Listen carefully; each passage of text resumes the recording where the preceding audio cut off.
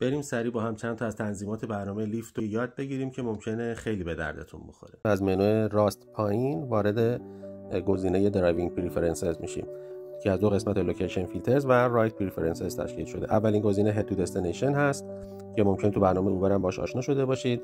با استفاده از این گزینه میتونید رایت هایی رو بگیرید که تو مسیری که مشخص کردید برید. مثلا خونتون تو ریچموند هیل یا آروراس، میخواید به سمت دانتان حرکت کنید و اونجا مشغول به کار بشید، یه آدرسی رو در دانتان انتخاب میکنید و میبینید که تو اون شعاع آبی رنگ نشون میده که مسافرهایی که بهتون میده به اون سمت حرکت خواهد کرد و شما رو به اون مقصد میرسونه. میتونید شعاع حرکتتون رو کوچیک‌تر و یا بزرگتر هم انتخاب کنید و دکمه ست فیلتر رو بزنید.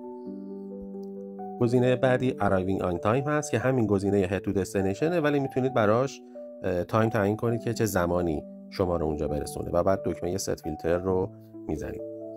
گزینه بعد Stay Within Area هست که شما با انتخاب این گزینه انتخاب میکنید که تو چه شعاعی به شما مسافر بده. شاید نخواین از یه منطقه زیاد دور بشید و به اون منطقه برگردید که حداقل 8 کیلومتر و تا حداکثر 50 کیلومتر میتونید اینو تغییرش بدید و بعد دکمه ست فیلتر رو بزنید. منوی بعدی که مربوط میشه به رایت پرفرنسز، اولیش رایت تایپس هست که شما به انتخاب این مشخص میکنید که میخواین هر رایدی رو بگیرید، از جمله لیفت معمولی که همون اوبر ایکس حساب میشه، ایکسل، اکسترا کامفورت و گرین. این بستگی داره که ماشین شما چه آپشن هایی رو ساپورت کنه. هر چی بیشتر باشه تعداد این گزینه ها هم بیشتره. به عنوان مثال من اگر فقط ایکسل رو انتخاب کنم بهم پیام میده که پتانسیل گرفتن مسافرت کاهش پیدا میکنه و مثلا من قبول میکنم و فقط رایدایی رو به من میده که ایکسل هستش. گزینه بعد کیوید رایت هست. کیوید رایت یعنی وقتی شما دارید مسافر میبرید ممکنه راید بعدی رو بهتون پیشنهاد کنه. ازتون میپرسه که به صورت اتوماتیک براتون اکسپت کنم بعد از اینکه رو آپ فرانت نشون دادم بعد از حدود 10 ثانیه. شاید ممکنه شما حواستون نباشه و من اکسپتش کنم. شما میتونید حتی کنسلش هم بکنید یا به صورت منوال باشه که حتما باید اکسپت کنید که اون تریپ رو بهتون بده. به نظر من همیشه روی اتو اکسپت باشه که اگر حواستون هم نبود تریپ رو بهتون اد کنه.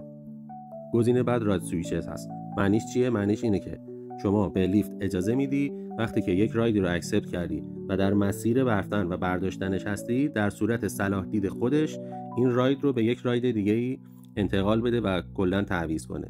ولی در مورد اینکه اون راید به چه صورت هست از شما هیچ اکسپتی نمیگیره. به نظر من همیشه آف باشه.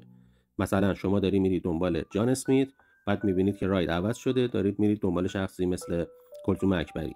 پس برای اینکه تو این دام نیافتید هیچ وقت این گزینه رو آن نکنید. به نظر من این پست رو برای دوستاتم بفرست، مراقب هموطن منم باش.